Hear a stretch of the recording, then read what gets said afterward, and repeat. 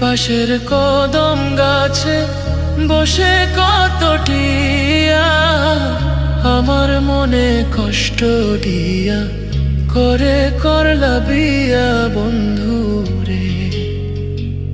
বাড়ির পাশের কদম